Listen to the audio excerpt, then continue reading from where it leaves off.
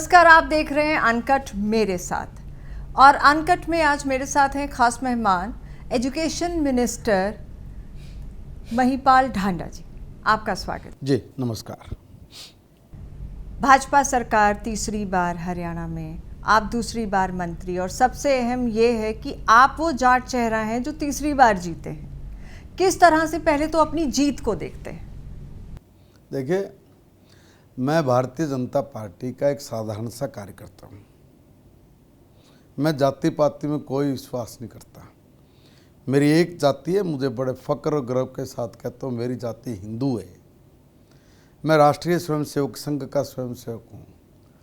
जात पात के सारे चक्रव्यूह तोड़ के आगे बढ़ना, सब समाज को लिए साथ में आगे है बढ़ते जाना, इस विचार के साथ हम लोग काम करते हैं।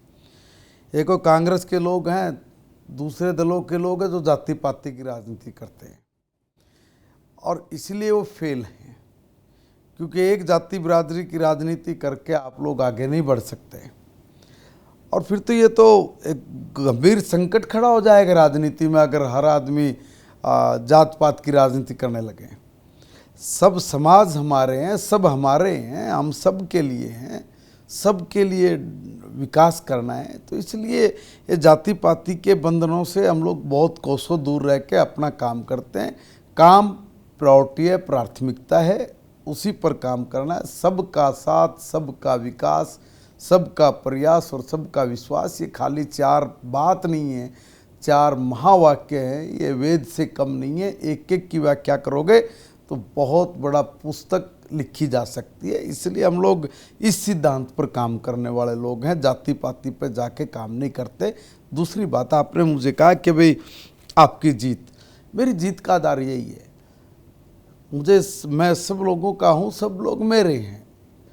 हमने आशीर्वाद मांगा, जनता ने आशीर्वाद दिया। अच्छी बात यह है कि 2014 में मुझे जो आशीर्वाद मिला, 2019 में उससे बढ़ के मिला, और 2024 में तो रिकॉर्ड ही तोड़ा है मेरे पानीपत ग्रामीण परिवार ने। मैं उनका आपके चैनल के माध्यम से अभिनंदन करता हूं, उनका स्वागत करता हूं।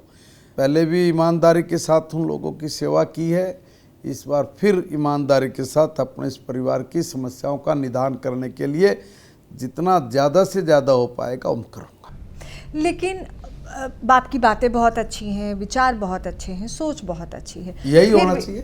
फिर भी हरियाणा की राजनीति, जातीय समीकरण सभी राजनीतिक दल साधते हैं, उसको हम नजरअंदाज नहीं कर सकते। होगा, मेरा काम नहीं। हाँ, आपका इंडिविजुअल काम नहीं होगा, लेकिन फिर भी आप एक जाट चेहरा हैं, इससे इनकार नहीं किया जा सकता। और तीसरी बार आप जीते हैं, इससे भी इनकार नहीं किया जा सकता। कुछ चीजें हैं और वो फैक्ट हैं। जहां पर जाति से कोई बाहर नहीं है जी, आप समझे नहीं जो मैंने कहा कि भी मेरा ये राजनीतिक विचार है। बिल्कुल। मैं जिस कौम में पैदा हुआ मुझे फक्र है, मगर उसका हम लोग राजनीतिकरण करें, ये गलत है। ट्रू।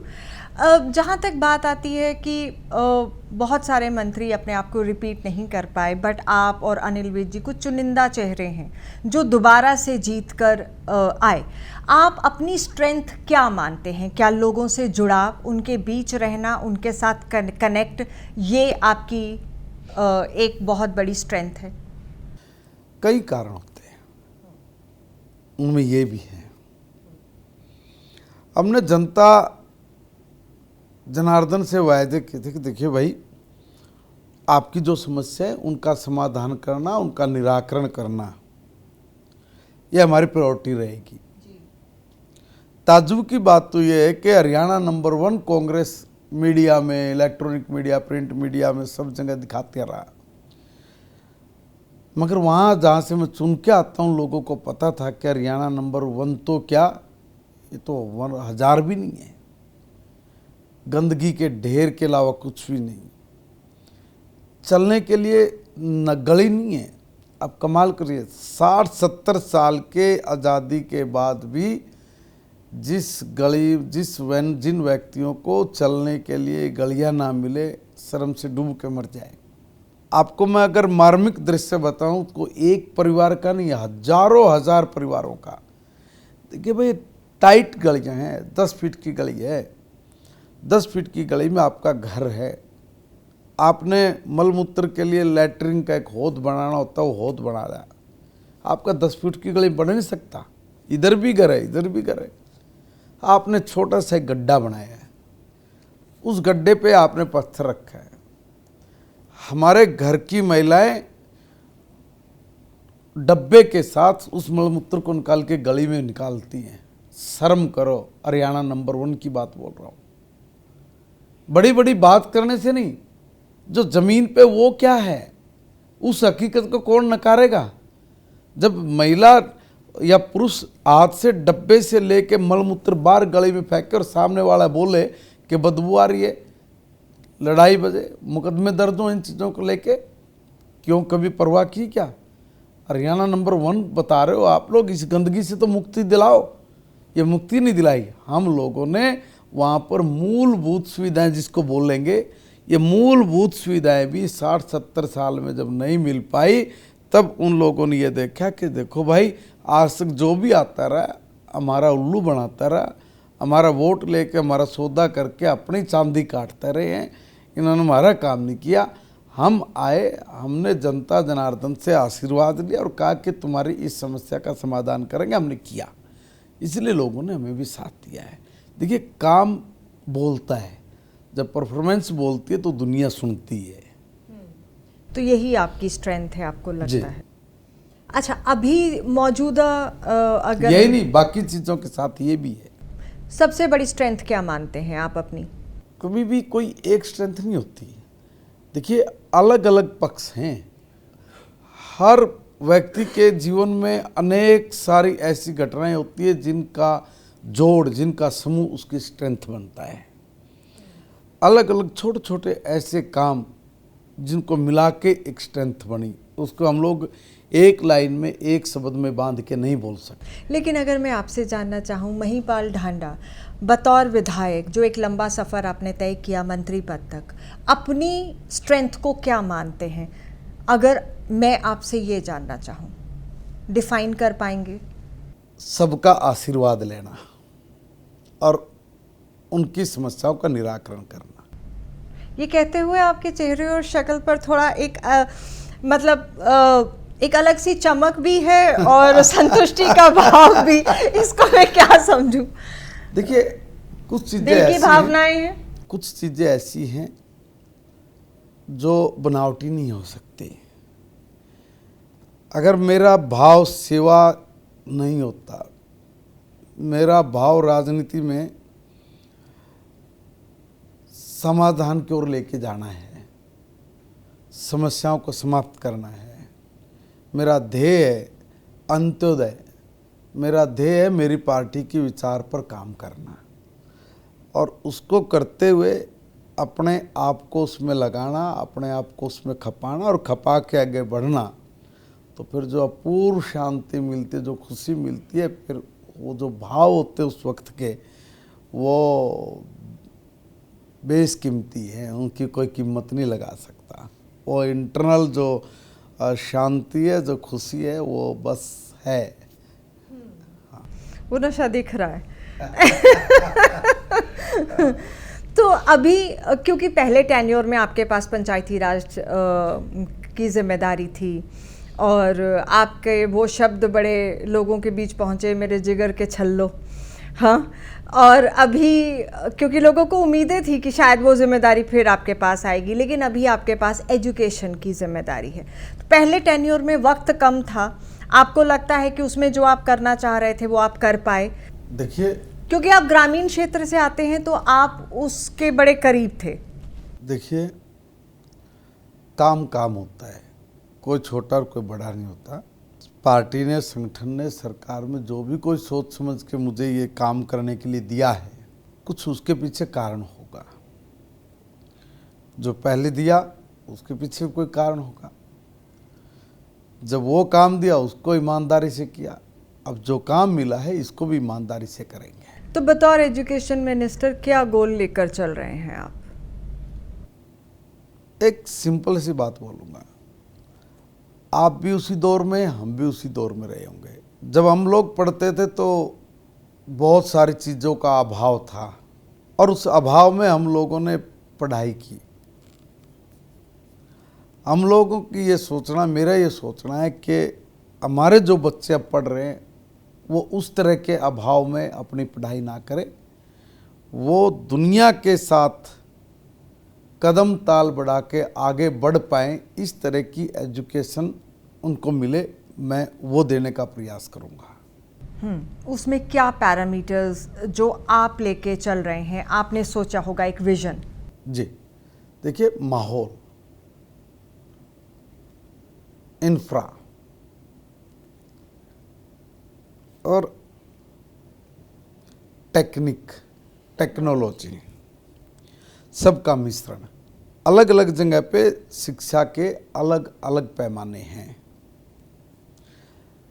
सबसे पहली बात तो ये है कि हमारे बच्चों को अच्छा रूम्स मिले,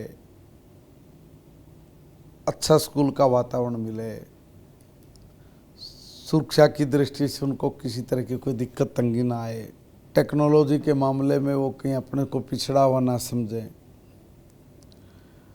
और टीचर्स हमारे बहुत अच्छे हैं, इसमें कोई दो मत नहीं है, बहुत हाई क्वालिफाइड है। बस ये कोई कालखंड ऐसा रहा होगा जिसमें शायद सरकारी स्कूल की तरफ से मोह भंग हुआ हो, वो दोबारा से उधर मुड़ नहीं पाया, प्राइवेट की तरफ ज़्यादा चला गया। अब हम लोग इस तरह का सिस्टम खड़ा करने में लगे हैं और हम लोग कर रहे हैं, और बहुत तेज़ी से हम लोग आगे भी बढ़ रहे हैं कि प्राइवेट से भी ज़्यादा अच्छा हमारा स्कूल बन पाए। नीति आयोग की रिपोर्ट के अनुसार आज हम लोग तीसरे नंबर पे हैं। ये पहले नंबर पे आने के लिए जिस भी तरह के संसाधनों की आवश्यकता है, उस तमाम संसाधनों को चरणबद्ध तरीके से हम लोग पूरा कर पाएँ, ये हमारा गोल रहेगा। पिछले 10 साल से आपकी सरकार रही है एंड अलग अलग मंत्रियों के पास ये जिम्मेदारियां रही हैं। आपको लगता है कि उस तरफ उतने कारगर स्टेप्स लिए गए? बिल्कुल लिए गए, उन्हीं कामों को आगे बढ़ाना है। ऐसे बहुत काम है। मैं अभी आज पहली मीटिंग करके आया हूँ। तो क्या कोई 100 दिन का एजेंडा सेट हो रहा है या आप कर रहे हैं? बिल्कुल, उनको हमने काम दिया है और यही काम दिया है। जब मैं बोल रहा था कि किसी तरह के जो संसाधन हैं, जो कमियां हैं, उन कमियों को दूर करो, चरणबद्ध तरीके से करो। कुछ स्कूल्स पहले लीजिए, बाद में दूसरे, फिर तीसरे, ऐसे करके हम लोग कुछ कुछ स्कूल हर डिस्ट्रिक्ट से लेंगे और लेके उस पर आगे बढ़ेंगे। ग्रामीण क्षेत्र में जो स्कूलों की सिचुएशन है, या फिर जो टीचर्स की कमी है, या फिर लड़कियों के लिए कुछ खास सुविधाएं, उसकी तरफ आप क्या लेकर चल रहे हैं? देखिए, मैं वही कह रहा हूँ, हर संसाधन उपलब्ध हो, कोई चूक ना रहे, यही एजेंडा स्थापित करके उनको कहा कि आप लोग इस पे काम शुरू करिए, और 3 महीने के बाद हम लोग कहाँ खड़े हैं इसका आकलन करेंगे। आप क्योंकि ग्रामीण क्षेत्र से जुड़े रहे हैं, आपसे बेहतर कोई नहीं जानता होगा उन समस्याओं को। आपकी नज़र में अभी जब तक आप जाते रहे हैं, ड्यूरिंग इलेक्शन भी या उससे पहले भी, क्या सबसे बड़ी मुश्किल लोग आपके सामने रखते रहे हैं एजुकेशन को लेकर? उनकी एक समस्या ये रही है जो उन्होंने बताई कि जो प्राइवेट एजुकेशन बहुत महंगी हो गई है। और जब हम लोग ये कहते थे कि भाई सरकारी में पढ़ाओ, तो उनके भी सामने कुछ दिक्कतें आती थी कि जी स्टाफ पूरा नहीं मिल पाता और उसकी वजह से कठिनाई होती है, बीच में बच्चे पूरा नहीं पढ़ पाते। ऐसा बहुत ज़्यादा नहीं, बहुत कम, मगर ये जेन्युइन बात आई। आज मैंने बैठ के कहा है कि जो स्कूल ऐसे हैं जिनकी स्ट्रेंथ नंबर 1 है, ऐसे स्कूल में प्लेग्राउंड से लेके चाक, टाट, पट्टी, बोर्ड, ड्यूल डेस्क से लेके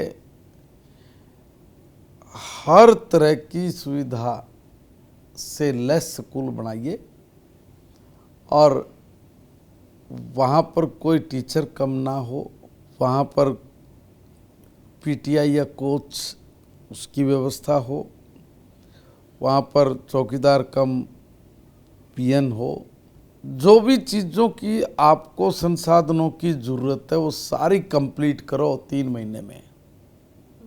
मैंने तो उससे भी कम समय दिया, मगर 3 महीने 100 दिन का जो आपने गोल की बात की है, उस पर हम लोग आज पहली बार मंत्रालय में बैठ के हमने ये तय किया है। आज तय किया है, आने वाले दिनों में बहुत तेज़ी से हम लोग इस पे काम करेंगे और विश्वास भरोसा दिलाता हूँ कि हम लोग बेहतर परिणाम निकालने के लिए खपेंगे, अपना 100 देंगे और सब अधिकारी कर्मचारियों ने विश्वास दिलाया है। अब मन लगा के काम करते हुए हरियाणा प्रदेश के एजुकेशन सिस्टम को नंबर 1 पे लेके। अगर कमियां रही हैं पिछले 10 साल से, क्योंकि सरकार रही, सबने काम भी किया, आपने कहा इस तरफ बहुत ज़्यादा स्टेप्स भी उठाए गए, कमियां कहाँ रही हैं फिर, किस वजह से कमी रह गई? ये चीज़ें एकदम पूरी नहीं होती कभी भी। देखिए 60-70 साल से अगर हम पूछे तो क्या हुआ था फिर भाई, देखिए कोई भी पॉजिटिव जब गवर्नमेंट आती है, कोई पॉजिटिव आदमी आता है, जब वो काम देखता है, समझता है, तो अनेक प्रकार की समस्याएं सामने आती है। कहीं फाइनेंस रोड़े अटक आता है, कहीं पे दूसरे तरह के कामों के रोड़े अटकते हैं, कई बार सरकारों की मंशा भी नहीं होती होगी, कई बार कोई इस तरह के लोग जुड़ जाते हैं कि जो काम नहीं कर पाते होंगे, अलग अलग तरह के कारण बनते होंगे, तो उन कारणों की वजह से नहीं हो पाया होगा। ऐसा नहीं कि बिल्कुल नहीं हो पाया होगा।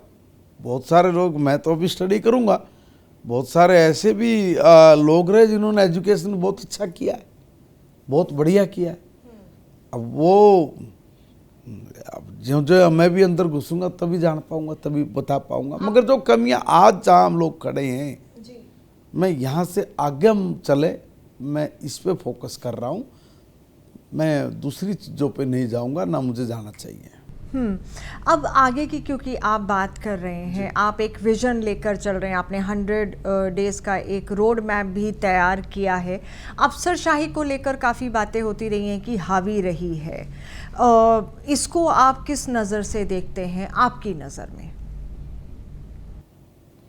वो अफसरशाही हैवी कैसे होती है, मुझे तो यही नहीं पता आज तक। देखिए लोग कह देते हैं कि भाई अफसरशाही हैवी है, तो फिर वो किस राज में नहीं हैवी थी? देखिए मैं ये कहना चाह रहा हूँ कि मेरे यहाँ पे कांग्रेस के राज में गली तक नहीं बनी और मैंने वहाँ हजारों करोड़ रुपए खर्च कर दिए। अफसरशाही हैवी वहाँ थी या यहाँ है? गली नहीं थी, नले नहीं थे, पीने का पानी नहीं था, सीवर नहीं था, एसटीपी नहीं था, रोड्स नहीं थे, इंडस्ट्री का सेक्टर बिल्कुल एकदम कबाड़ पड़ा हुआ था, हुड्डा के सेक्टरों में गंदगी के अलावा कुछ भी नहीं था, स्कूल हमारे अच्छे नहीं थे, पानीपत शहर में चारों तरफ चले जाएं रोड नहीं थे। आज हमने ये सारी चीज़ें बना दी। तो अगर अफसरशाही हैवी होती तब बनती है, अफसरशाही पे लगाम थी तब हुआ। लगाम भी नहीं कह सकते, हैवी भी नहीं कह सकते, हमने तालमेल बिठा के काम किया है और इसलिए हुआ है। और इतना काम हुआ है आप कल्पना नहीं कर सकते। अगर कांग्रेस की स्पीड से करें तो मैंने जो काम 35 साल में आगे वो कर पाते, वो मैंने 5-10 साल में किया है। मैंने इसलिए सवाल भी किया क्योंकि इस तरह की चर्चाएं थी और आपकी एक खबर मैंने पानीपत की देखी जहां आपने अफसरों को कहा कि टेंडर ख़त्म हो चुका है कूड़े का और सफाई का, एंड उसको लेकर आपने लताड़ भी लगाई कि ये टेंडर तो आप कर देते हो, कब ख़त्म हुआ ये आपको पता नहीं। देखिए भाई, ये रिस्पॉन्सिबिलिटी किसकी है भाई? आज मान लीजिए 1 तारीख को टेंडर खत्म होना है तो 2 तारीख से दूसरा काम लगना चाहिए ना, तो इसको कौन देखेगा? और अगर नहीं किया तो यही तो लापरवाही है, ढील है क्या? ये तो ढील है। इस ढील को दूर करना ये हमारी जिम्मेवारी है। और कितना संयोग की बात है कि आज ही जिस डिपार्टमेंट से मैं संबंधित बात कर रहा था उसकी आज माननीय मुख्यमंत्री जी मीटिंग ले रहे हैं और उनको कहा जा रहा है कि देखिए ये जो चीज़ें बर्दाश्त से बाहर की बातें, आप अपने काम को आगे करके रखिए। और मैंने भी उनको निर्देश दिया है कि इस तरह की चीज़ें बहुत लंबे नहीं चलेंगी भाई। आप लोगों ने पहले बहुत मेहनत करके काम किए हैं, जो इस तरह के काम है इसमें भी ढिलाई नहीं रखनी है, इसको भी बड़े परफेक्ट तरीके से आप करिए ताकि लोगों को किसी भी तरह की समस्या के समाधान, समस्या से जूझना ना पड़े, उनको समाधान देना ये हमारी प्रायोरिटी होनी चाहिए। आपके पास पार्लियामेंट अफेयर्स भी उसकी भी जिम्मेदारी है कि आप बढ़िया तरीके से उसे चलाएं।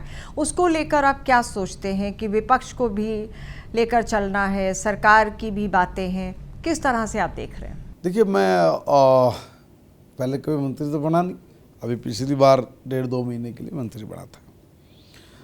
अब ये जो पार्लियामेंट्री अफेयर जो मिनिस्ट्री है, सच कहने में, कबूल करने में मुझे कोई अतिशोक्ति नहीं होती। अपने आप पे शौखी वगैरह में या नहीं, मुझे इसकी पूर्ण रूप से स्टडी करनी पड़ेगी। मगर मोटा मोटा जितना हम लोग विधानसभा में बैठे हैं, जो हम समझें, जो हमारी जानकारी में, उसमें यही है कि बिना पक्षपात के हमारा सेशन चले, जो पीछे भी हम लोग चलाते आए हैं। कभी कोई विपक्ष का साथी ये नहीं कह सकता कि ज्ञानचंद जी या कौरपाल जी के ट्रम में कभी किसी ने कोई ये पक्षपात किया हो कि भाजपा का विधायक 10 मिनट बोलेगा और कांग्रेस का विधायक या इनेलो का विधायक 5 मिनट बोलेगा। नहीं, सबका समान टाइम दिया। जितने विधायक थे, जितना भी पार्टी का टाइम बनता था, उस टाइम के हिसाब से सबको बोलने का पूर्ण अवसर दिया। बल्कि ज़्यादा समय उनको दिया है, कम समय हम लोगों को मिला है।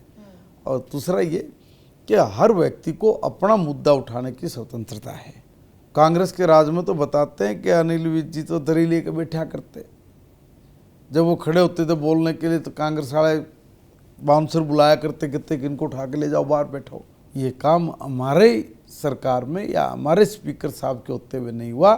और जो एक अच्छी परंपरा की शुरुआत हरियाणा में हुई है, इस परंपरा को हम लोग जारी रखते हुए आगे बढ़े। यानी कि आप इस जिम्मेदारी को बखूबी निभाएंगे कि शोरगुल के बीच भी विधानसभा की जो कार्रवाई है वो अच्छे से चले और विपक्ष को पूरा मौका मिले अपनी बात रखने। बिल्कुल।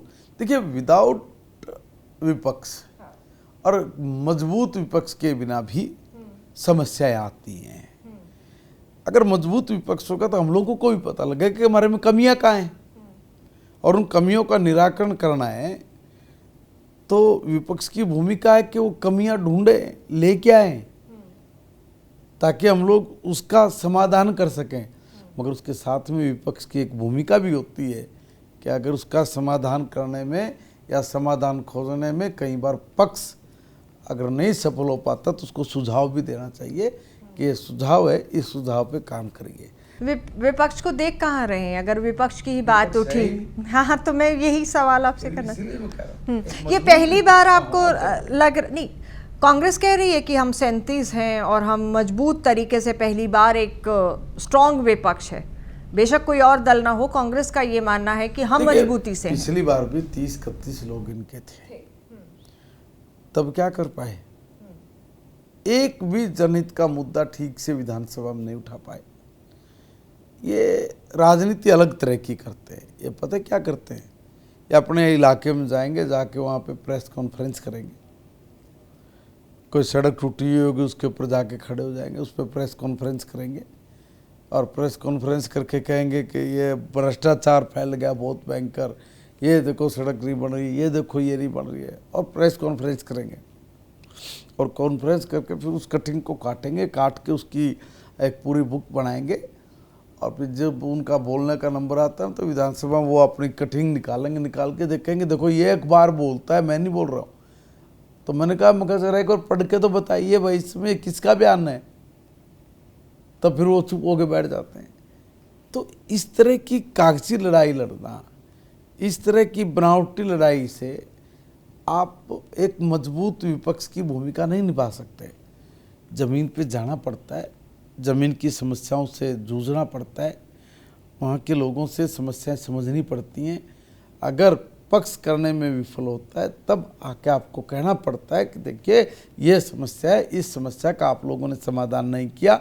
अपनी भूमिका सार्थक और सकारात्मक हो, इस दिशा में विपक्ष बढ़ना चाहिए। मगर ये तो बेलगाम घोड़े हैं, ये सुनते नहीं किसी के भी। अच्छा, क्योंकि तीसरी ये अपने नेता को नेता नहीं मानते, हम क्या करें? तीसरी बार सरकार बनी है, पार्टी के सामने और ख़ास तौर पे जो मंत्री हैं क्योंकि वही सरकार की आगे इमेज भी हैं, चेहरे भी हैं। कितना बड़ा चैलेंज है अपनी जिम्मेदारियों को पूरा करने का और लोगों के विश्वास पर खरा उतरने का, और सबसे बड़ा चैलेंज आप क्या मानते हैं? देखिए, हम भारतीय जनता पार्टी के कार्यकर्ता, हमारा एक आइडियोलॉजी, एक विचारधारा है। हम एक विचार को लेकर काम करते हैं। समस्या उन लोगों को आती है जो सिर्फ सत्ता बनाने के लिए सरकार बनाते हैं, सत्ता में रहने के लिए सरकार बनाते हैं, कि किसी भी तरीके से हम लोगों को सत्ता मिल जाए, बस, फिर कुछ नहीं। जैसे कांग्रेस का अहंकार इतना बड़ा हो गया था, वो क्या कह रहे थे चुनाव के बीच में कि हमारी तो सरकार बन गई और शपथ लेनी बाकी है, शपथ लेते नौकरी हम तो अपने हिसाब से लगाएंगे। तो लोगों के अंदर, नौजवान के अंदर कितनी साइलेंट क्रांति आई। उन्होंने कहा कि कमाल की बात है, वर्षों बाद तो हरियाणा प्रदेश का बालक पढ़ना शुरू हुआ है, पढ़ाई की कदर को समझा है, और सरकार ने हमारी भावनाओं को ध्यान में रखते हुए बिना पर्ची बिना खर्ची के हम लोगों को रोजगार देना शुरू किया। ये तो आगे तो ये तो पहले जब ऐसी बात कर रहे हैं, ये तो आते फिर वही तबाही मचाएंगे। इसलिए उन जवानों ने इस बात को अच्छे से समझा और समझ के कांग्रेस को कोने में लगा दिया। ये कोई छोटी चीज नहीं थी। ये मंच से, सार्वजनिक मंच से बोल रहे कि भाई बीजेपी के 10 साल के राज में हमारे तो पेट कमर का लग गए, हम तो आते पहले अपने पेट उठाएंगे। सार्वजनिक बोल रहे हो, लोगों को इतना उल्लू समझ रहे हो क्या कि वो सुन नहीं रहे हैं? तो आपको क्या लगता है कि अभी कोई चुनौती नहीं है टारगेट्स को पूरा करने की, कोई ऐसी चैलेंज नहीं है, क्योंकि तीसरी बार है? बात ये नहीं कि भाई तीसरी बार हो, पहली बार हो, काम का नॉलेज होना चाहिए। हमारे जो काम पेंडिंग पड़े हम लोगों को पता है, जो काम पाइपलाइन में, उन कामों को पूरा करना हमारे एजेंडा है। एक हमने 20 सूत्री कार्यक्रम जो हमारा मैनिफेस्टो, उसमें हमने बहुत सारी चीज़ों को जोड़ा है। उनको पूरा करने के लिए जो भी योजनाएं बनेंगी, जो भी प्लानिंग बनेगी, वो प्लानिंग बना के उसके ऊपर हमने काम करना है। हम लोग उसके लिए लगेंगे, दिन रात हम लोग करेंगे। इसलिए हमने पहले भी जो वायदे जनता से किए, जो भी एजेंडे हमने रखे हैं, हमने उसको पूरा किया है। आज फिर हम लोग जब तीसरी बार आए हैं तो फिर जनता से विश्वास दिलाते हैं कि देखिए, हम आप ही के बच्चे हैं, आपके आशीर्वाद से आपकी सेवा करने के लिए हम लोग राजनीति में हैं। हम लोग एक एक विषय को उठाएंगे, एक एक समस्या के समाधान, उसके निराकरण के लिए योजनाबद्ध तरीके से आगे बढ़ेंगे, और ये स्टेट आत्मनिर्भर प्रदेश बने, उसके लिए जिस भी तरह की योजना या प्लानिंग बना के हमें आगे बढ़ना होगा, हम सबके सहयोग से और विश्वास उनका जीतते हुए हम लोग आगे बढ़ेंगे। 5 साल बाद महिपाल ढांडा कैसे चाहेंगे कि लोग उन्हें बतौर किस तरह के मंत्री याद करें, कि कैसे मंत्री रहे? ये मेरा सब्जेक्ट नहीं है, मेरा काम है। तो कैसे चाहेंगे? अपना 100%। तो लोग आपको कैसे याद करें? मेरा काम है, मैं अपना जो विभाग मुझे मिला, जो काम मुझे मिला, मैं उसमें अपना 100% दूँ। आगे जनता का काम है, उस पर मैं क्या बोल सकता हूँ? नहीं, फिर भी एक बतौर नेता एक विजन होता है कि मैं चाहता हूं कि लोग मुझे इस तरीके से याद करें। नहीं, देखिए, मैं तो जनता का एक बच्चा हूं, एक सेवक हूं, एक बालक हूं, सिर्फ उससे तो बस वो अपना आशीर्वाद हमें दे। मैं तो यही चाहूँगा। मुझे इतने बड़ी वो नहीं है कि मैं कोई बेतुकी बात बोल दूं कि मुझे तो यार सच ही, वैसे किसी नहीं, साधारण है, साधारण रहे, ये ठीक है, इतना ही काफ़ी है। चलिए, पॉलिटिकली करेक्ट जवाब दे रहे हैं आप। बेहद शुक्रिया Mahipal Dhanda, education minister, cabinet minister Haryana सरकार ने अपनी बात हमारे साथ साझी की। हालांकि ये कहने से नहीं चूके कि मैं बहुत साधारण इंसान हूँ और साधारण तौर पर ही लोग मुझे याद करें, शायद इसी तरीके से वो खुद को समझाना भी चाहते हैं। लेते हैं आपसे इजाज़त, नमस्कार।